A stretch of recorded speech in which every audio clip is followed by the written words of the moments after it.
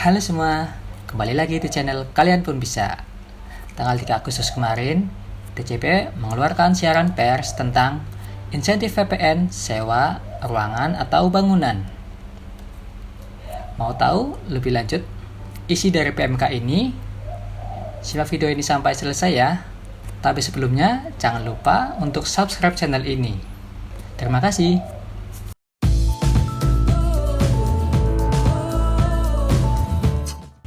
Apa sih latar belakang dari dikeluarkannya PMK ini?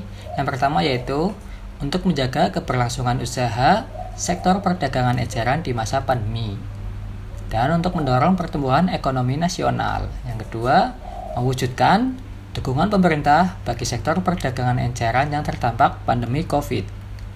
Kemudian pokok pengaturannya, PPN yang mendapat insentif yaitu atas penyerahan jasa sewa ruangan atau bangunan kepada pedagang eceran.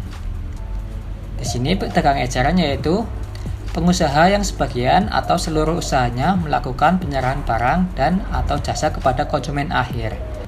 Jadi misalkan distributor, agen tidak mendapat insentif PPN ini.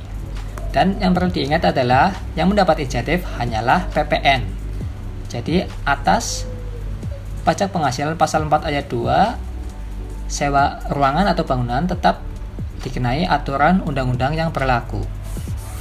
Kemudian pihak-pihak yang terkait, di sini misalkan pengelola sewa, yaitu pemilik atau pengelola mal, ruko, gerai, toko, kios, pasar, kantor, dan lain-lain.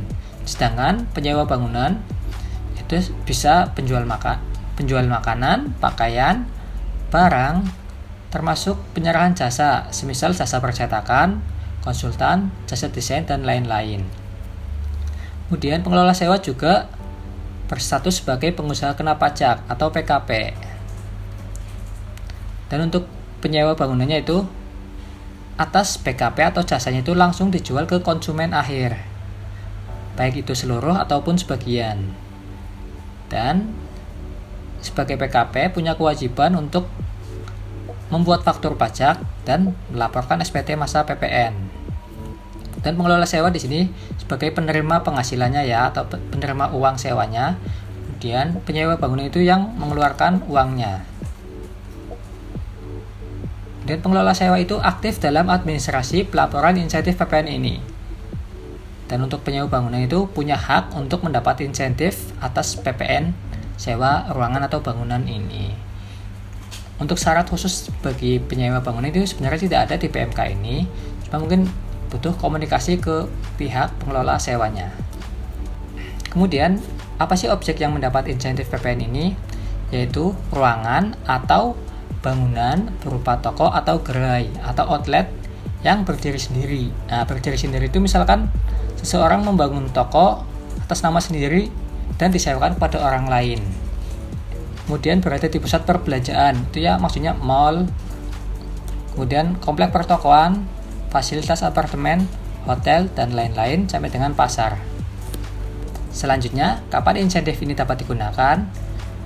Yaitu untuk PPN yang terutang atas sewa bangunan atau sewa ruangan di bulan Agustus sampai dengan Oktober 2021 yang ditagihkan di bulan Agustus sampai dengan November 2021. Jadi misalkan Tuan A menyewa kios di Mall X di bulan Agustus dan ditagihkan di September, itu berhak mendapat insentif atas PPN sewa kiosnya. Selanjutnya, bagaimana cara menghitung insentif PPN ini? Cara menghitungnya yaitu PPN terutang dihitung dari tarif PPN dikalikan dengan DPP berupa penggantian. Apa itu DPP berupa penggantian? Yaitu penggantian termasuk biaya pelayanan atau service charge, baik yang ditagihkan bersamaan dengan tagihan jasa sewa maupun yang ditagihkan secara terpisah.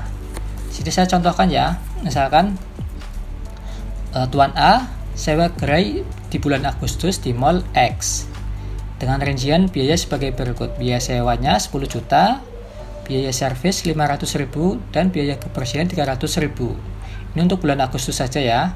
Kemudian total biaya sewanya atau yang menjadi nilai penggantian yaitu 10.800.000.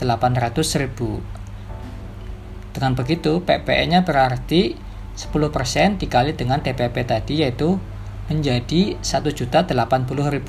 Lah nilai 1.080.000 inilah yang mendapat insentif PPN atas sewa ruangan atau bangunan.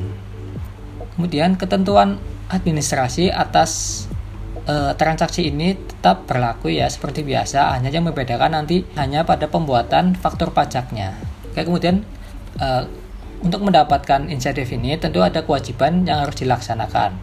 Yang berperan aktif di sini yaitu pengelola sewanya, yaitu mempunyai kewajiban sebagai berikut.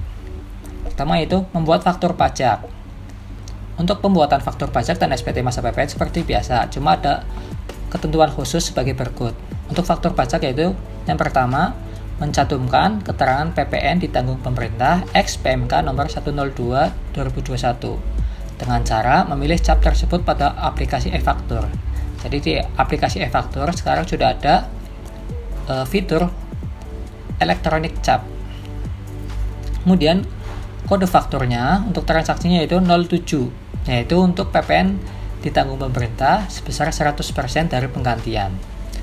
Kemudian mencantumkan frasa sewa ruangan atau bangunan, keterangan lokasi, bulan, sewa jasa ruangan atau bangunan pada kolom nama jasanya.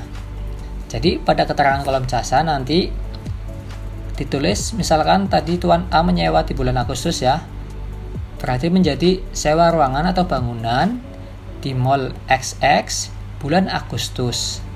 Minimal seperti itu. Kemudian atas transaksi ini juga harus dilaporkan di DJP online untuk membuat laporan realisasi PPN DTP. Dan faktur pajak harus dilaporkan di SPT masa PPN maksimal akhir bulan berikutnya. Dicontohkan tadi sewa bulan Agustus, berarti maksimal harus dilaporkan untuk masa Agustus di bulan September sampai dengan akhir September 2021. Nah, selanjutnya, apabila tadi pengelola sewa tidak melakukan kewajibannya, tidak akan mendapat fasilitas DTP ini, yaitu tidak menggunakan faktur pajak sesuai ketentuan yang saya jelaskan tadi. Kemudian, tidak dilaporkan dalam SPT masa PPN sebagai laporan realisasi. Jadi misalkan atas transaksi sewa Tuan A tadi itu tidak masuk dalam SPT masa di bulan Agustus, maka itu tidak mendapat insentif PPN ini. Oke, demikian pokok-pokok penting dari PMK 102 tahun 2021 tentang insentif PPN ditanggung pemerintah atas sewa ruangan atau bangunan. Semoga informasi ini dapat membantu teman-teman, dan apabila ada pertanyaan silakan komen di video ini agar kita dapat berdiskusi.